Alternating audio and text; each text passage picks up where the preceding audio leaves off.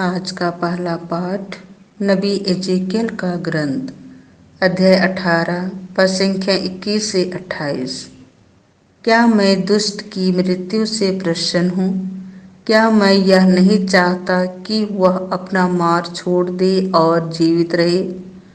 प्रभु ईश्वर यह कहता है, यदि पापी अपना पुराना पापमय जीवन त्याग कर मेरी सब आज्ञाओं का पालन करता और धार्मिकता तथा न्याय के पथ पर चलने लगता है तो वह अवश्य जीवित रहेगा, मरेगा नहीं। उसके सब पापों को भुला दिया जाएगा और वह अपनी धार्मिकता के कारण जीवित रहेगा। प्रभु ईश्वर का यह कहना है, क्या मैं दुष्ट की मृत्यु से प्रसन्न हूँ?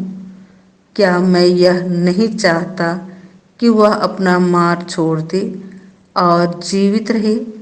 किंतु यदि भला मनुष्य अपनी धार्मिकता त्याग कर दुष्ट की तरह घृणित पाप करने लगता है तो क्या वह जीवित रहेगा?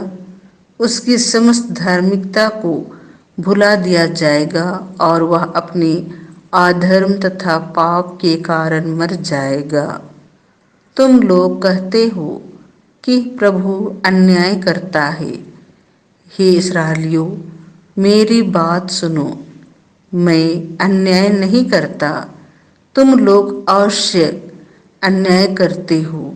यदि कोई भला मनुष्य अपनी धार्मिकता त्याग कर अधर्म करने लगता और मर जाता है तो वह अपने पाप के कारण मरता है। और यदि कोई पापी अपना पापमय जीवन त्याग कर धार्मिकता और न्याय के पथ पर चलने लगता है तो वह अपने जीवन को सुरक्षित रखेगा। यदि उसने अपने पुराने पापों को छोड़ देने का निश्चय किया है तो वह अवश्य जीवित रहेगा, मरेगा नहीं। यह प्रभु की वाणी है। संत मत्ती के अनुसार पवित्र सुसमाचार अध्याय 5 पद संख्या 20 से 26। अपने भाई से मेल करने जाओ। यीशु ने अपने शिष्यों से कहा, यदि तुम्हारी धार्मिकता शास्त्रियों और फरीसियों की धार्मिकता से गहरी नहीं हुई तो तुम स्वर्ग राज्य में प्रवेश नहीं करोगी। तुम लोगों ने सुना है कि पूर्वजों से कहा गया है, हत्या मत करो। यदि कोई हत्या करे तो वह कचहरी में दंड के योग्य ठहराया जाएगा। परंतु मैं तुमसे कह देता हूँ, जो अपने भाई पर क्रोध करता है वह कचहरी में दंड के योग्य ठहराया जाएगा। यदि वह अपने भाई से कहे, रे मूर्ख, तो वह महासभा में दंड के योग्य ठहराया जाएगा। और यदि वह कहे, रे नास्तिक, तो वह नरक की आग के योग्य ठहराया जाएगा।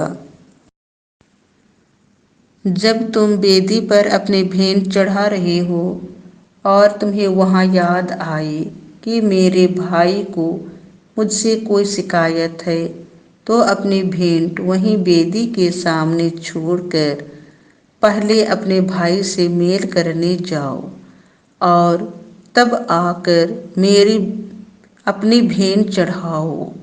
कचहरी जाते समय रास्ते में ही अपने भाई से समझौता कर लो। कहीं ऐसा ना हो कि वह तुम्हें न्यायकर्ता के हवाले कर दे, न्यायकर्ता तुम्हें प्यादे के हवाले कर दे और प्यादा तुम्हें बंदीगृह में डाल दे। मैं तुमसे कह देता हूँ, जब तक कौड़ी कौड़ी ना चुका दोगे तब तक वहां से निकल नहीं पाओगे। यह प्रभु का सुसमाचार है।